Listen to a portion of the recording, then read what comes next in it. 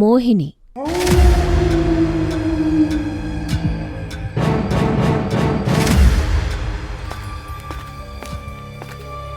అసలు ఈ రాత్రి పుట్ట బయటకు రాకుండా ఉండాల్సింది. ఇప్పుడు కానీ నేను త్వరగా ఇంటికి వెళ్ళకపోతే నా పని అయిపోతుంది. నిర్మానుష్యంగా ఉన్న వీధుల్లో ఒక వ్యక్తి భయంగా నడుస్తున్నాడు. ఆ సమయంలో తన ఇంటికి చేరువలో ఉన్నాననే కాస్త ధైర్యం అతనిలో కలుగుతుంది. అప్పుడొక వింత స్వరం అతనికి వినబడడం మొదలవుతుంది. మనోహర, నా వద్దకురా. మనోహర, నా వద్దకురా.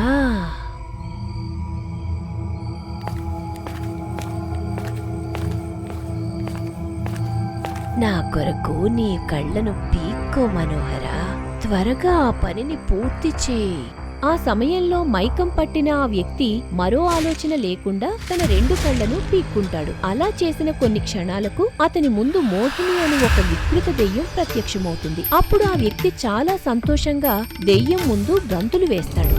నేను చూడ్డానికి అందంగా ఉన్నాను కదా. అవును, చాలా అందంగా ఉన్నావు. నిన్ను చూస్తుంటే మైమరిచిపోతున్నా.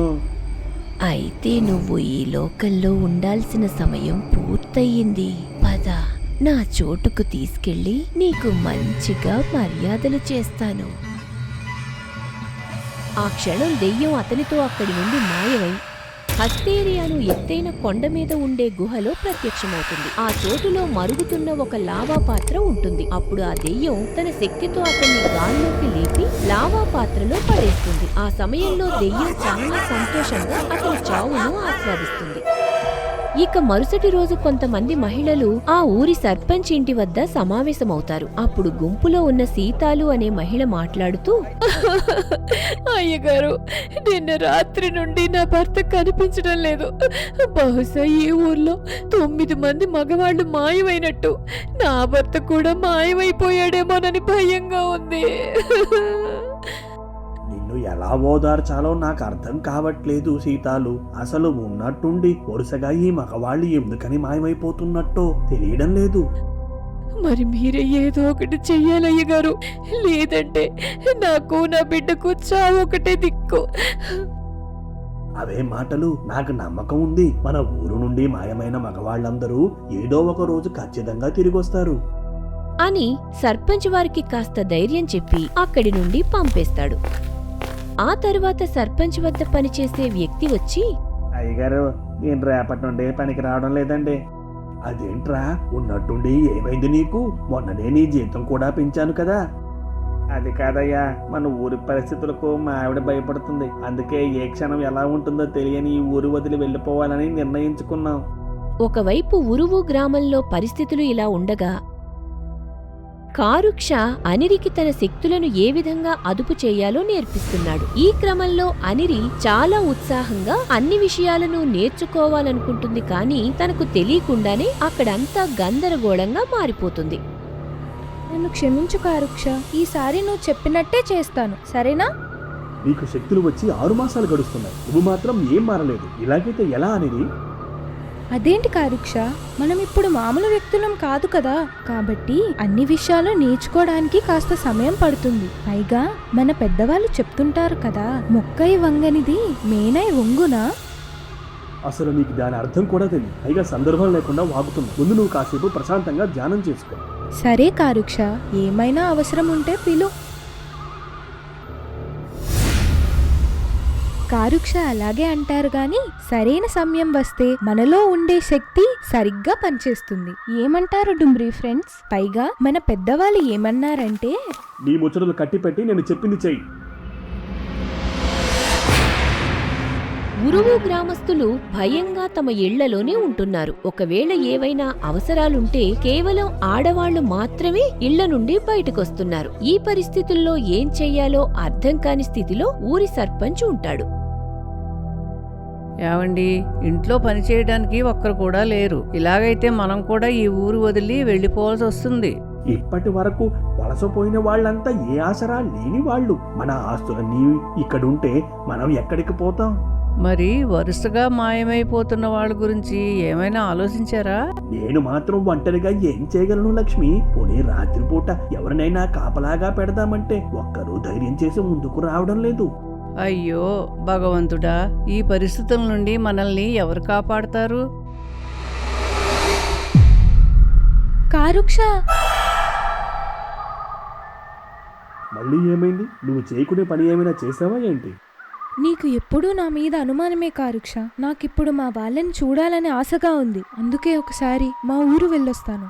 అలాగే వెళ్ళు గాని తిరిగి మళ్ళీ 4 రోజుల్లో వచ్చేయాలి. నువ్వు మాత్రం ఆ ఊర్లో నీ శక్తులను ఏమాత్రం ప్రయోగించకూడదు, అర్థమైందా? సరే సరే, ఇలా వెళ్ళి అలా వచ్చేస్తాను. నువ్వు అప్పటి వరకు జాగ్రత్తగా ఉండు. అలా మాట్లాడ్డం పూర్తయిన తర్వాత అనిరి తన సొంత గ్రామమైన ఓదూరుకు బయలుదేరుతుంది.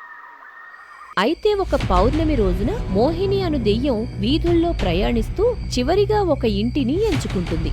మనోహరా, నా వద్దకురా, మనోహరా, నా వద్దకురా, మనోహరా, నా వద్దకురా, మనోహరా, నా వద్దకురా, మనోహరా, నా వద్దకురా, మనోహరా, నా వద్దకురా.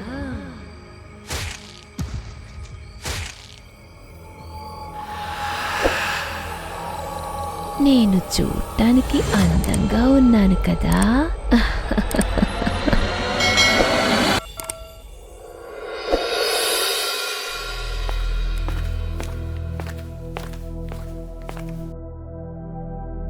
ఎవరు తల్లి నువ్వు? ఎవరు కావాలి? నన్నప్పుడే మర్చిపోయావా అమ్మా? నేనే నీ కావేరిని. ఆ సమయంలో ఎదురుగా ఉన్నది తన కూతురు అని తెలియగానే ఆమె కంటతడి పెట్టుకుంటుంది.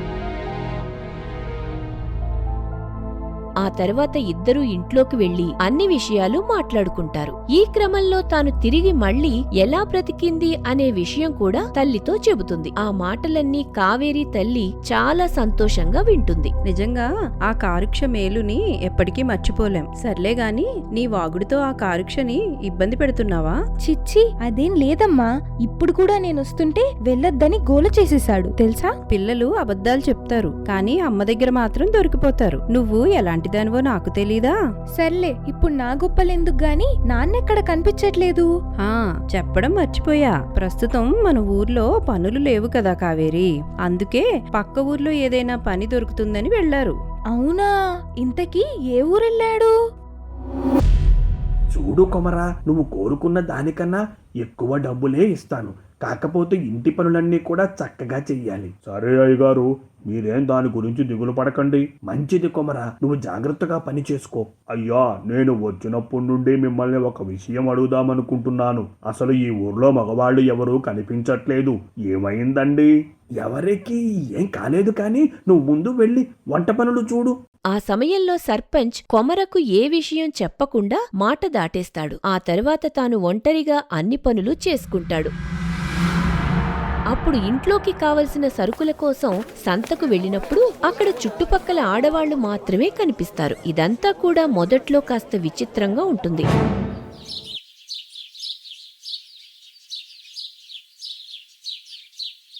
మరోవైపు అనిరి తన గ్రామంలో ఉన్న చిన్న పిల్లల ముందు చిన్న చిన్న గారడీలు చేస్తుంది. నీ దగ్గర భలే శక్తులున్నాయి. అలాగైతే నువ్వు ఈ ప్రపంచాన్ని కాపాడగలవా? అవును, కాపాడగలను. కాకపోతే దానికి ఇంకా కాస్త సమయం ఉందిలే. అప్పటి వరకు నేను సెలవులో ఉన్నట్టు. అక్క, ఒకసారి నీ శక్తులతో నన్ను గాల్లో తిప్పవా? అది చాలా చిన్న విషయం రా చింటూ. ఇప్పుడే నిన్ను గాల్లో తిప్పుతానాగు. ఆ సమయంలో అనిరి తన శక్తితో చింటూను గాల్లోకి లేపితే ఆ పిల్లాడు చాలా సరదా పడతాడు. ఇంతలో చుట్టుపక్కల ఉన్న గ్రామస్తులు కంగారుగా రావడంతో చింటూని కిందకి దించేస్తుంది. ఆ తర్వాత అనిరి ఇంటికి చేరుకోగా విషయం తెలుసుకున్న వాళ్ళ అమ్మ తిట్టడం మొదలు పెడుతుంది. నేనేదో సరదాగా చేశానమ్మా, కాకపోతే అక్కడున్న వాళ్ళే అనవసరంగా కంగారు పడిపోయారు. అవన్నీ కాదు, ముందు నువ్వు కారుక్ష దగ్గరికి బయలుదేరి వెళ్ళిపో. నువ్వు ప్రాణాలతో ఉన్నావు, అది మాకు చాలు. నేను నాన్నని చూడకుండా ఎలా వెళ్ళను? పోనీ ఒకసారి ఆయన వెళ్ళిన గ్రామానికి వెళ్ళి అక్కడ కలిసేసి వెళ్ళిపోతాను. సర్లే, నీ ఇష్టం. నువ్వు మాత్రం అక్కడికి వెళ్ళి ఎలాంటి సమస్యలు తీసుకురాకు. అనిరి తన తండ్రిని కలవడం కోసం ఉరువు గ్రామానికి పయనమవుతుంది. మరోవైపు మోహిని తన చోటులో ఉన్న లావా పాత్రను చూస్తున్నప్పుడు అందులో నుండి సగం వరకు ఉన్న అస్థిపంజరం బయటకొస్తుంది. త్వరలో మిగిలిన మగవాళ్లందరికీ ఇదే గతి పట్టిస్తాను. అప్పుడే నా ఆత్మకు శాంతి కలుగుతుంది. ఆ రోజు రాత్రి ఉరువు గ్రామంలో మధ్యరాత్రి వేళప్పుడు సర్పంచ్ ఇంటి ముందు దెయ్యం ప్రత్యక్షమవుతుంది. ఆ సమయంలో దెయ్యం స్వరం వినపడగానే మైకం పట్టిన సర్పంచ్ గదిలో నుండి బయటకొస్తాడు. అప్పుడు నిద్రపోతున్న కొమరకు మెలకువ వస్తుంది. అయితే ఈ వేళలో సర్పంచ్ ఒంటరిగా ఎక్కడికి వెళ్తున్నాడని కొమర వెనుక వెంబడిస్తున్నాడు. అలా శ్మశానం వైపు సర్పంచ్ వెళ్లడం చూసి కొమరకు కాస్త భయం వేస్తుంది. అసలు వేళ కాని వేళలో అయ్యగారు ఎందుకని శ్మశానానికి వచ్చినట్టు? ఒకవేళ దగ్గరకు వెళ్ళి అడుగుతామంటే మళ్ళీ లేనిపోని సమస్య వస్తుంది. అలా కొమర ఆలోచిస్తున్న సమయంలో సర్పంచ్ తన 2 కళ్లను తొలగించుకుంటాడు. అది చూసి కొమరకు మరింత భయం పెరుగుతుంది. కాకపోతే ఏం జరుగుతుందో తెలుసుకోవాలని కంగారుగా సర్పంచ్ వైపు పరిగెడతాడు. ఇంతలో హఠాత్తుగా అక్కడ దెయ్యం ప్రత్యక్షమవడం చూసి హడలిపోతాడు. ఆ క్షణం దెయ్యం కొమరను చూస్తుంది. ఎవరు నువ్వు? నిన్ను చూస్తుంటే ఈ ఊరివాడిలా అనిపించడం లేదు. అవును, మాది పక్క ఊరు. నేను పని నిమిత్తం ఈ గ్రామం వచ్చాను. దయచేసి నన్ను ఏం చెయ్యకు. నువ్వు వీలైనంత త్వరగా ఈ ఊరు వదిలి వెళ్ళిపో, లేదంటే నీ ప్రాణాలు కూడా తీసేస్తాను. వద్దు, నేను ఈ ఊరు వదిలి వెళ్ళిపోతాను. ఒక్క క్షణం ఆగు. నేను చూడ్డానికి అందంగా ఉన్నానా? ఆ క్షణం ఏం సమాధానం చెప్పాలో అర్థం కాక అవును అన్నట్టు తల ఊపుతాడు. అప్పుడు దెయ్యం సర్పంచ్తో పాటు అక్కడి నుండి మాయమైపోగా కొమర భయంతో అక్కడి నుండి పరుగులు తీస్తాడు. అలా పరిగెడుతున్న సమయంలో అదుపు తప్పి పడబోతూ ఉంటే ఏదో శక్తి అతన్ని కింద పడనివ్వదు. నిజానికి అది చేసింది మరెవరో కాదు, కొమర కూతురైన కావేరి. ఆ సమయంలో తన కూతుర్ని చూసి కొమర ఆశ్చర్యపోతాడు. ఏమైంది నాన్నా? ఎందుకలా కంగారుగా పరిగెడుతున్నారు? మనం ఇక్కడ ఉండడం మంచిది కాదు కావేరి. వెంటనే ఇక్కడ నుండి వెళ్ళిపోదాం పదా. ముందు మీరు కంగారు పడకుండా విషయమేంటో చెప్పండి. అసలు మీరు ఏం చూసి అలా భయపడుతున్నారు?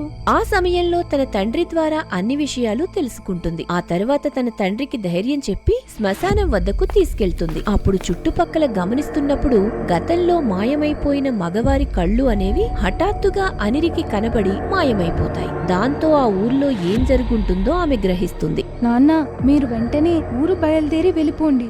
నేను వెళ్ళి కారుక్షతో విషయమంతా చెప్తాను. సరే తల్లి, నువ్వు జాగ్రత్త. అవునా, మరి ఆ మర్మం వెనక దాగిన విషయం ఏంటో తెలుసుకున్నావా? లేదు కారుక్ష, కాకపోతే ఇప్పటి వరకు మాయమైపోయిన వాళ్ళంతా కూడా పౌర్ణమి రోజున మాయమైపోతున్నారు. అలాగైతే మనకి పని పడినట్టు ఉందని ఇదే నీ మొదటి అడుగు. పద వెళ్దాం. ఆ సమయంలో వారిద్దరూ కూడా ఉరువు గ్రామానికి పయనమవుతారు. మరోవైపు సర్పంచ్ సైతం మాయమైపోయాడని తెలిసి గ్రామస్తుల్లో మరింత గుబులు మొదలవుతుంది. ఇక సాయంకాలం వేళకు కారుక్ష వాళ్లు ఉరువు గ్రామం చేరుకుంటారు. అప్పుడు శ్మశానం వద్దకు వెళ్లి ఏ చోటు నుండి మగవాళ్లు మాయమైపోతున్నారో అక్కడికొచ్చి నిలబడతాడు. ఆ సమయంలో కారుక్ష 3 మంత్రించిన నిమ్మకాయలు అక్కడ వదిలినప్పుడు అవి నేల మీద పడకుండా గాల్లో తేలుతుంటాయి. ప్రస్తుతం ఒక దుష్టాత్మ పగతో రగిలిపోతుందని, కాకపోతే ఆ పగకు కారణమేంటో తెలియాల్సి ఉంది. మరిప్పుడు ఏం చేయబోతున్నావు కారుక్ష? మనం ఆ దెయ్యాన్ని అడ్డుకోవడం ఎలా? ఆ దయ్యం కేవలం పౌర్ణమి రోజు మాత్రమే వస్తుంది కాబట్టి మనం అప్పటి వరకు వేచి ఉండాలి. ఈలోగా మనం ఇద్దరం ఈ ఒక ఉచ్చును సిద్ధం చేద్దాం. అలాగైతే అద్దరగొట్టేద్దాం కారుక్ష. కారుక్ష మరియు అనిరీలు రాబోయే పౌర్ణమి కోసం ఎదురు చూస్తున్నారు. అదే సమయంలో అనిరికి ఉన్న శక్తుల్లో ఒకటైన బంధన వలయాన్ని ఏ విధంగా ప్రయోగించాలనే విషయం చెబుతుంటాడు. సరిగ్గా పౌర్ణమి రోజున ఊరంతా నిర్మానుష్యంగా ఉన్నప్పుడు మోహిని వీధుల్లో తిరుగుతూ ఒక ఇంటి ముందుకొచ్చి ఆగుతుంది. ఇదంతా కూడా కొద్ది దూరం నుండి కారుక్ష వాళ్లు గమనిస్తారు. ఆ తర్వాత మోహిని అక్కడి నుండి మాయమైపోగా కాసేపటి తర్వాత ఇంట్లో నుండి ఒక వ్యక్తి బయటకొస్తాడు. నీకు చెప్పిన విషయాలన్నీ గుర్తున్నాయి కదా? నువ్వు ఏ చిన్న పొరపాటు చేసినా మనం అనుకున్నది జరగదు. నన్ను నమ్ము కారుక్ష, నేను ఈ పని చేసి తీరుతాను. సరే, నువ్వు మాత్రం జాగ్రత్త. ముందైతే ధైర్యంగా పోరాడు. మరోవైపు మైకం పట్టిన వ్యక్తి శ్మశానం చేరువలో ఉంటాడు. ఎప్పుడైతే శ్మశానంలోకి అడుగు పెడతాడో అనిరి తన బంధన వలయాన్ని ప్రయోగిస్తుంది. దాంతో ఆ వ్యక్తి ముందుకు వెళ్లటానికి ఎంత ప్రయత్నిస్తున్నా అతని వల్ల కాదు. అప్పుడు బంధనలో ఉన్న వ్యక్తి బిగ్గరగా అరవటం మొదలు పెడతాడు. ఆ సమయంలో హఠాత్తుగా మోహిని ప్రత్యక్షమై అనిరి వైపు కోపంగా వస్తుంటే కారుక్ష అడ్డుపడతాడు. ఎవరు మీరు? ఎందుకని నా కార్యానికి అడ్డుపడుతున్నారు? ముందు నువ్వెవరో చెప్పు. అసలు ఈ ఊరి మగవాళ్ళని ఏం చేస్తున్నావు? ఈ ఊరి మగవాళ్లందరూ నా అందాన్ని చూడడం కోసం ఎగబడొస్తున్నారు. అవన్నీ నీకు చెప్పినా అర్థం కావులే. అబ్బో, మా కారుక్షకి తెలియని విషయాలు, అర్థం కాని విషయాలు ఉంటాయా? ముందు నువ్వు ఆ వ్యక్తి మీద దృష్టి పెట్టు. మీకు మాటలతో అర్థం కాదు. ఇప్పుడు నేనేంటో చూపిస్తా.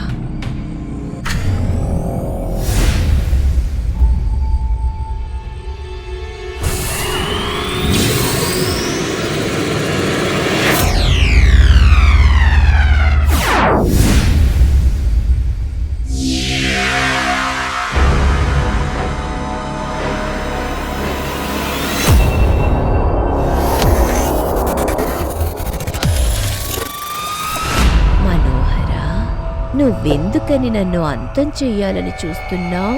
పోనీ ఒకసారి మనం ఏకాంతంగా మాట్లాడుకుందావా? ఆ సమయంలో మోహిని కారుక్షను మైమర్పించాలని ప్రయత్నిస్తుంది. ఈ ప్రయత్నమైతే బాగుంది, కానీ నేను అందరిలాంటి మగవాణ్ణి కాదు. కారుక్ష దెయ్యంతో పోరాడుతున్న సమయంలో అనిరి ఆదమరుపులో ఉండడం వల్ల బంధనం వలయం నుండి మైకం పట్టిన వ్యక్తి తప్పించుకుంటాడు. అదే సమయంలో కారుక్షతో పోరాడుతున్న దెయ్యం హఠాత్తుగా ఆ వ్యక్తి ముందు ప్రత్యక్షమై అతని కళ్ళు పీక్కునేలా చేస్తుంది. అప్పుడు కారుక్ష పరుగున వచ్చి ఆఖరి క్షణంలో మైకం పట్టిన వ్యక్తి చేతిని పట్టుకోవడం వల్ల దెయ్యంతో సహా ఆ చోటు నుండి మాయమైపోతుంది. నన్ను వదిలి ఉండలేకపోతున్నావా? ఒకసారి వెనక్కి తిరిగి చూడు. నువ్వు ఏ చావులను కూడా ఆపలేవు. నాకు నీ మీద ఏ కోపం లేదు, కాబట్టి మర్యాదగా ఇక్కడ నుండి పో. అసలు నీ కోపానికి కారణం ఏమిటి? ఎందుకని ఈ అమాయకులను ఇంత దారుణంగా చంపుతున్నావు? అమాయకులా? ఈ లోకంలో మనల్ని బాగా బాధించే ఆయుధం ఏంటో తెలుసా? మనిషి మాట తీరు. ఒకరు మనల్ని చూసి ఇష్టపడకపోయినా పర్వాలేదు, కానీ అసహ్యించుకుంటే ఆ బాధ ఎలా ఉంటుందో నీకు తెలుసా? ఉరువు గ్రామంలో మోహిని అనే అమ్మాయి తన బామ్మతో కలిసి ఒక చిన్న ఇంట్లో నివసిస్తుంది. అయితే మోహిని చూడ్డానికి అంత అందంగా ఉండదు. ఈ విషయంలో కొన్నిసార్లు ఆమె బాధపడుతుంది. నువ్వు ఎందుకని బాధపడుతున్నావు మోహిని? ఈ లోకంలో మనిషి పుట్టుక అనేది చాలా గొప్పదమ్మా. కాబట్టి మనకి ప్రాణం ఉన్నందుకు సంతోషించాలి గాని లోకానుసారంగా ఉండే వాటి గురించి దిగులు పడకూడదు. ఇలాంటి మాటలు వినడానికి బావుంటాయి బామ్మ, కానీ నిజ జీవితంలో పనికిరావు. అది కాదు తల్లి, నేను చెప్పేది ఒకసారి అర్థం చేసుకో. సర్లే బామ్మ, నువ్వు మార్కెట్కి వెళ్ళి కూరగాయలు తీసుకునిరా. మళ్ళీ నేను గాని వెళ్తే ఏదో పురుగుని చూసినట్టు జనం నన్ను అసహ్యించుకుంటారు. నిజానికి గత 20 ఏళ్ల నుండి మోహిని ఇల్లు వదిలి బయటకు రాలేదు. ఒకవేళ ఏవైనా అవసరాలుంటే ఆమె బామ్మ మాత్రమే ఇంటి నుండి బయటకు వెళ్తుంది. ఒకరోజు హఠాత్తుగా మోహిని వాళ్ల బామ్మ చనిపోతుంది. దాంతో ఆమె ఒంటరితనానికి గురవుతుంది. ఈ క్రమంలో 3 వారాల పాటు ఆమె ఇంట్లోనే ఉంటుంది. ఒకరోజు మోహిని వీధుల్లో నడుస్తూ ఉన్నప్పుడు బయట ఆడుకుంటున్న పిల్లలు ఆమెను చూసి ఏడవటం మొదలుపెట్టారు. ఏమమ్మా, మా పిల్లల్ని భయపెట్టాలని కంకణం కట్టుకున్నావా? ఇప్పుడు నీకు ఇంట్లో నుండి బయటకు రావాల్సిన పనేంటి? అది కాదండి, గతంలో బామ్మ ఉండేది కాబట్టి నా అవసరాలన్నీ తనే చూసుకునేది. ఇప్పుడేమో పరిస్థితులు అలా లేవు కదండి, అందుకే నేనే బయటకొచ్చాను. వస్తే వచ్చావులే. అదేదో పిల్లల భోజనం వేళ అయిపోయిన తర్వాత రావచ్చు కదా. చిచి. ఆ మాటలు ఆమెని బాగా బాధిస్తాయి. దాంతో మనశ్శాంతి కోసం ఒకసారి గుడికి వెళ్దామని భావించి అక్కడి నుండి బయలుదేరుతుంది. అలా గుడి దగ్గరికి చేరుకున్నప్పుడు సర్పంచ్ తన కుటుంబంతో గుడిలో అర్చన చేయించడం కోసం వస్తున్నాడు. ఆ సమయంలో మోహిని రావటం గమనించి, అసలు నిన్ను ఎవరు గుడికి రానిచ్చారు? నువ్వు పుట్టగానే మీ అమ్మ నాన్నను పొట్టన పెట్టుకున్నావు. నీకు 5 ఏళ్ల వయసు రాగానే ఊరంతా కరువుతో నిండిపోయింది. ఇక ఇప్పుడేమో నిన్ను పెంచి పెద్ద చేసిన బామ్మ కూడా చనిపోయింది. ఇదంతా సరిపోదన్నట్టు ఈ మొహంతో మాకు ఎదురు పడుతున్నావు. ఆ మాటలకు మోహిని ఎంతగానో బాధపడుతుంది. ఈ విధంగా తనకు ఎన్నో అవమానాలు ఎదురవుతాయి. దాంతో మెల్లిగా ఇంట్లో నుండి బయటకు రావడం మానేస్తుంది. నేనంటే ఎవ్వరికీ ఇష్టం లేదు, కనీసం నా మొహం చూడ్డానికి కూడా ఇష్టపడటం లేదు. ఇలాంటి నన్ను ఎవరు పెళ్లి చేసుకుంటారు? మోహిని ఆ రాత్రంతా నిద్రపోకుండా ప్రజల మాటలను గుర్తు చేసుకుని బాధపడుతుంది. ఇక మరుసటి రోజు వేకువజాము సమయంలో ఊరి చివర ఉండే పాడుబడిన బావిలో దూకి చనిపోతుంది. అలా తన చావుకు గల కారణాన్ని కారుక్షకు వివరిస్తుంది. ఎవరైతే నన్ను అసహ్యించుకున్నారో వారి ప్రాణాలు తీస్తూ ఆ కుటుంబంలో తీరని శోకాన్ని మిగులుస్తున్నారు. నువ్వు చేసే ఈ పనిలో ఏం అర్థం లేదు. నీ విషయంలో జరిగింది తప్పే, కానీ ఈ విధంగా చేయడం తప్పు మోహిని. మన వరకు రానంత వరకు ఇలాంటి నీతి కబుర్లు బాగానే చెబుతారు. ఇప్పుడు నువ్వు శాంతించాలంటే ఏం చేయాలో చెప్పు మోహిని. అది ఎలాంటి పనైనా చేస్తాను. కాకపోతే నువ్వు ఎవరి ప్రాణాలైతే తీసావో వారంతా తిరిగి మళ్ళీ బ్రతకాలి అని కారుక్ష దెయ్యంతో మాట్లాడుతూ ఒప్పించే ప్రయత్నం చేస్తున్నాడు. నువ్వు అడిగినట్టే చేస్తాను. దానికి నువ్వు చెయ్యాల్సింది ఒకే ఒక్క పని. ఏంటది? నాకు ఎవరో ఒకరితో పెళ్లి జరిగితే నా ఆత్మకు శాంతి కలిగి ఈ లోకాన్ని వదిలి వెళ్ళిపోతాను. అలానే నేను చంపిన వాళ్లకు మళ్ళీ ఎలా ప్రాణం పోయాలో కూడా చెబుతాను. ఆ మాటలకు కారుక్ష సంతోషిస్తాడు. కాకపోతే ఇప్పుడున్న పరిస్థితుల్లో దెయ్యాన్ని ఎవరికిచ్చి పెళ్లి చేయాలో అర్థం కాదు. ఆ తర్వాత ఒక క్షణం ఆలోచించి సరేనని ఒప్పుకుంటాడు. అప్పుడు దెయ్యం లావా పాత్రతో సహా అనిరి ఉన్న చోటులో ప్రత్యక్షమవుతుంది. నీకేం కాలేదు కదా కారుక్ష? నేను ఎంత భయపడిపోయానో తెలుసా? నాకేం కాలేదు అనిరి. ఇప్పుడే దయ్యంతో ఒక ఒప్పందం కుదుర్చుకున్నాను. ఏంటి ఆ ఒప్పందం? అప్పుడు కారుక్ష విషయమంతా చెప్పగా అనిరి నవ్వుకుంటుంది. ఆ సమయంలో దెయ్యంతో జరిగిన ఒప్పందం గురించి కైరాకు కూడా వివరిస్తారు. ఆ క్షణం ఏమనాలో కైరాకు అర్థం కాదు. అలానే బుజ్జి దెయ్యం కూడా ఆశ్చర్యంలో ఉంటుంది. ఇంతకీ నువ్వు చెప్పిందంతా బాగానే ఉంది కారుక్ష, కానీ మోహినిని ఎవరికిచ్చి పెళ్లి చేస్తావు? నా బుర్రలో ఒకరైతే ఉన్నారు. మరి ఆ విషయం బుజ్జికి నచ్చుతుందో లేదో తెలియదు కైరా. దయచేసి నువ్వే అర్థం చేసుకో బుజ్జి. ఈ సమస్య నుండి బయటపడడానికి మనకున్న దారి ఇదే. అవును బుజ్జి, నువ్వు కూడా ఒకసారి ఆలోచించు. నిజం చెప్పాలంటే పెళ్ళవ్వగానే మోహిని ఈ లోకం వదిలి వెళ్లిపోతుంది అని వారిద్దరూ బుజ్జి దెయ్యంతో ఏదో విషయం గురించి మాట్లాడతారు. మీరు చేస్తున్నది అసలు ఏ మాత్రం బాలేదు. పైగా ఈ పనిని నాతో చేయించాలనుకుంటున్నారు కదా, మిమ్మల్ని అసలు క్షమించను. మాకు వేరే దారే లేదు బుజ్జి. త్వరగా వెళ్లి ఆ పని పూర్తి చేసిరా. ఆ సమయంలో బుజ్జి దెయ్యం అక్కడి నుండి మాయమై ఒక కొలను దగ్గర ఉన్న బుడత వద్ద ప్రత్యక్షమవుతుంది.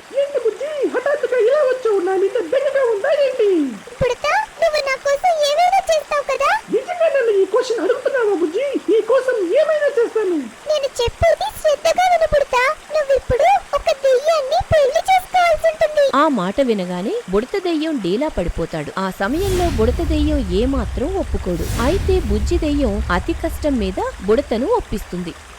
ఆ తర్వాత వారిద్దరూ యాగురి అని ప్రాంతానికి వస్తారు. ఆ చోటు వద్ద కపాల మాంత్రికుడు అధీర, నేత్రాని, విరోధి వాళ్ళంతా కూడా ఉంటారు. నిజానికి కారుక్ష వాళ్ళు ముందుగానే వారితో విషయం చెప్పి ఈ చోటుకి రప్పించాడు. ఏమయ్యా కారుక్ష, నా మీద చాలా పగతో ఉన్నట్టున్నావు. ఒకవేళ నీకు గానీ లోకం మీద అంత ప్రేమ ఉంటే నువ్వే ఆ దయ్యాన్ని పెళ్లి చేసుకోవచ్చు కదా. పోయి నాకు అంట కట్టావు. ఈ విషయంలో నువ్వే సరైన వాడివి అనిపించింది బుడతా. ఇదేం పెద్ద విషయం కాదు. సర్లే, ఇంతకీ ఆ మోహిని ఎక్కడ? పద, నీ కోసం అక్కడ మండపం మీద ఎదురు చూస్తుంది. ఆ సమయంలో బుడత బాధగానే మండపం వైపు వెళ్తాడు. అప్పుడు మోహిని బుడతను చూసి సిగ్గుపడుతుంది. ఇదంతా కొద్ది దూరం నుండి బాధగా బుజ్జి గమనిస్తుంది. నన్ను చూసాక కూడా పెళ్లి చేసుకోవాలనుకుంటున్నావా మోహిని? నిన్ను చూసిన తర్వాత నా ఆత్మకు శాంతి కలగకుండా ఉంటే బాగుండు అనిపిస్తోంది. అప్పుడు నీతో శాశ్వతంగా ఈ లోకంలోనే ఉండిపోవచ్చు కదా. అదే వద్దులే, త్వరగా పెళ్లి వచ్చేసేసుకుందాం. ఆ సమయంలో ఇద్దరూ కూడా పుర్రెల దండలు మార్చుకుంటారు. అలానే రక్తపు చినుకులు ఆకాశం మీద నుండి పడుతుంటాయి. చివరిగా మోహిని బుడత చేతిని తాకుతూ, మీరు పోయిన ప్రాణాలు తిరిగి రప్పించాలంటే లావా పాత్రను మోసూరి అను నదిలో కలపాల్సుంటుంది. అప్పుడు పోయిన ప్రతి ప్రాణం తిరిగొస్తుంది. చాలా సంతోషం మోహిని, కానీ నేను అడగగానే ఎందుకని సాయం చేయడానికి ఒప్పుకున్నావు? నాకు వారందరి మీద కోపం ఉన్నది వాస్తవం. కాకపోతే చివరిగా నాకంటూ ప్రశాంతత కావాలి కదా, అందుకే నీకు సాయం చేయాలనుకున్నాను. అలా మాట్లాడడం పూర్తయిన తర్వాత మోహిని అక్కడి నుండి మాయమైపోతుంది. ఆ తర్వాత బుడత చేసిన పనికి కారుక్ష కృతజ్ఞతలు చెబుతాడు. నిజానికి తాను కూడా ఒక మంచి పనిలో భాగమైనందుకు బుడత సంతోషంగానే ఉంటాడు. అది చూసి బుజ్జి దెయ్యం మరోలా అనుకుని అక్కడి నుండి కోపంగా వెళ్లిపోగా బుడత బతిమాలడం కోసం వెళ్లిపోతాడు. ఇప్పుడు ఏం చేయబోతున్నావు కారుక్ష? మోసురి నదికి వెళ్తావా? ఆ పనిని వేరొకరికి అప్పగించాలనుకుంటున్నాను కైరా అని చెప్పి అనిరితో మోసురి నది వద్దకు వెళ్లమని చెబుతాడు. ఆ మాటలకు అనిరి కూడా సంతోషిస్తుంది. కాకపోతే అంత దూరం ఎలా ప్రయాణించాలని ఆలోచిస్తున్నప్పుడు గతంలో తనకు లభించిన తివాచీని కారుక్ష ఇస్తాడు. అప్పుడు అనిరి తివాచీ మీద మోసురి నదికి పయనమవుతుంది. అలా వెళ్తున్న మార్గ మధ్యలో కొన్ని దుష్ట శక్తులు ఎదురుపడగా అనిరి తన శక్తులతో చాలా చక్కగా ఎదుర్కొంటుంది. ఆ ఆఖరిగా మోసూరి నది వద్దకు చేరుకుని లావా పాత్రను నది నీళ్లలో పడేస్తుంది. సరిగ్గా అర్ధగడియ సమయం తర్వాత చనిపోయిన వారు ఒక్కొక్కరుగా నీళ్ల నుండి బయటకొస్తుంటారు. నువ్వు చెప్పిన పని పూర్తి చేశాను కారుక్ష. నేను వాళ్ళందర్నీ ఊర్లో విడిచిపెట్టి వచ్చాను. నీకింకో విషయం తెలుసా? మధ్యదారిలో కొన్ని దుష్టశక్తులు వస్తే నేనే స్వయంగా ఎదుర్కొన్నాను. అవునా? నేను చూస్తుంటే గర్వంగా ఉంది. నువ్వు ఎప్పుడూ మంచి కోసం పోరాడాలి, అర్థమైందా? సరే కారుక్ష. నువ్వే కదా బుజ్జి నన్ను పెళ్లి చేసుకోమని చెప్పావు, మళ్ళీ నువ్వే నా మీద అలిగితే ఎలా? నేనే చెప్పానులే, కానీ నువ్వెందుకని పెళ్ళవగానే అంత సంతోషంగా ఉన్నావో అర్థం కాలేదు. నేను వేరే విషయం గురించి సంతోషపడ్డాను బుజ్జి, నువ్వే దాన్ని అపార్థం చేసుకున్నావు. అదిగో నీకు వేరే ఉద్దేశాలు కూడా ఉన్నాయి. ఈ మోహిని లాంటి ఇంకో ఏదో దెయ్యాన్ని నువ్వు పెళ్లి చేసుకునే ఉంటావు. అది తలుచుకునే ఆనందపడినట్టున్నావు. చూసారా ఫ్రెండ్స్, అసలు ఈ ఆడవాళ్ళు ఎప్పటికీ అర్థం కారు. సర్లే, నేను వెళ్ళి తనని బతిమాలనుకుంటాను. మీరంతా ఈలోగా మన ఛానల్లో ఉన్న మిగిలిన వీడియోస్ చూసేయండి. అలానే కొత్తగా వచ్చిన వాళ్ళు ఛానల్ సబ్స్క్రైబ్ చేసుకోవడం మర్చిపోవద్దు. Bye friends. హే బుజ్జి ఆగు, ఐ యామ్ సారీ బుజ్జి.